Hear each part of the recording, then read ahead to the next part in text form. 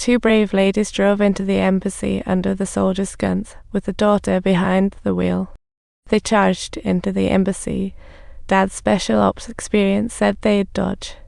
After the car stopped, soldiers stood frozen like statues, scared that a suicide bomber might pop up. Then Bryan quickly called out Sam to contact the embassy swiftly and stop soldiers from shooting. The women were saved after Sam's call. Bryan comforted his daughter, saying her knack for rescue would surely save Mom, who was now the captured queen of the Albanian gang. Right now, she had only Cam's mom, Rena, left. Since Bryan was off gallivanting, they'd trade Rena for $8 and find Bryan again. Meanwhile, Bryan followed. He's on the lookout for the old Albanian thug. Armed with memories of being nabbed, Agent Bryan traced back to a place full of music. He then heard seagulls at the docks, boat roars, navigated turns by sand, and folk tunes. It was an elder of his age who reconstructed the scene from memory and found their first parking spot where dogs barked. Subtitles, their first parking spot, the boss lair. Bryan gently opened the door, using its chain. He swiftly took out the guards inside because the barking dogs were doing a great job masking his moves. Then the shootout began, and the gangsters downstairs became fancy statistics. They were wiped out in a flash. Upstairs, another goon with long hair spotted his shadow and started wildly shooting down. Bryan just waited for him to run out of bullets, aimed, and put him. The gang member took a nosedive from up top, and out of nowhere, a half-foot frozen object flew by him. It flew straight for Bryan and landed next to Mr. Lonhair. Two gunmen caught wind of a sound and now aimed for headshots only. Fearing they might shoot low and mess up their career stats, they squeezed off round after round, losing some confidence along the way. Subtitle: Merc peered through the hole, a pistol poked in. Why Merc? The dense confusion. The guy was sweating bullets, sticking to the old routine. He was about to unleash a torrent of gunfire. This time, he wasn't just aiming high, he wanted to hit a meter off the ground. Bryan, lying down below, took him out during. Finally, Bryan saw his unconscious ex-wife. Only a father-son pair of gangsters remained, leading to a bout of Bryan and Marco exchanging blows.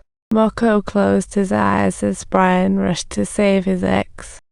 The old man, now without support, hid away. He pulled out Marco's cell and dialed, with Bryan trailing the ringtone to where he was hiding. Bryan, tired of killing, he spared a father who lost a son upon learning he had 2 sons and grandkids. He wished him family joy with sons and grandsons, so Bryan dropped his gun and left. But the old man picked up the gun and aimed at Bryan, who casually dropped the bullets he had pulled out. He hoisted the old guy up and hung him on a hook, giving him a chance.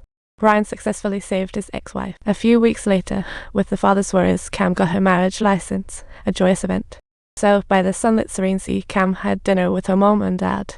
She ordered 4 coffees, and Dad said, "Hold up, weren't there just 3 of us?"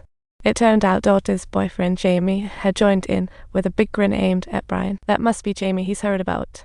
And that's a wrap, folks. Rescue from the Wind Roman 2, the epic conclusion. My favorite.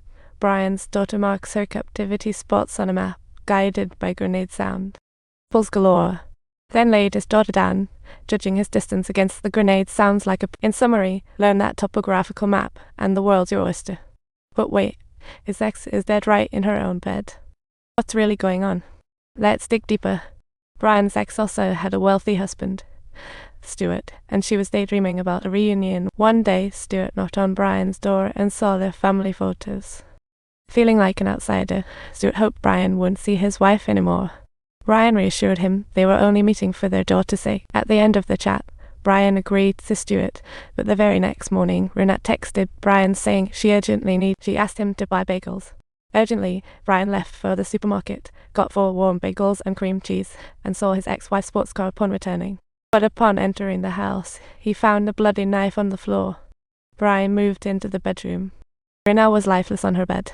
Shortly after, 2 police officers arrived. Even though they were no longer married, Bryan still loved her deeply. He raised his hands, knowing this was a murder and a trap. Subtitles: he couldn't let the police take her away, knowing reinforcements were on their way. Bryan jumped out the window, and the 2 cops started chasing him relentlessly. They hopped fences and dashed 3 yards. The young cop was hot on the heels of the old pro. After chasing for blocks, they trapped him in a garage. Bryan ditched his gun and crawled under a truck. With the door locked, the 2 young cops couldn't get in fast enough. Bryan opened the truck and crawled down into the cellar below. It was a drainage area. When the cops finally yanked open the garage door, they found the suspect vanished. Bryan hid in the dirty drains, unable to accept his lover's sudden death. After escaping, she called her daughter from a payphone, told her the bad news, and promised to find the truth, ignoring others' words.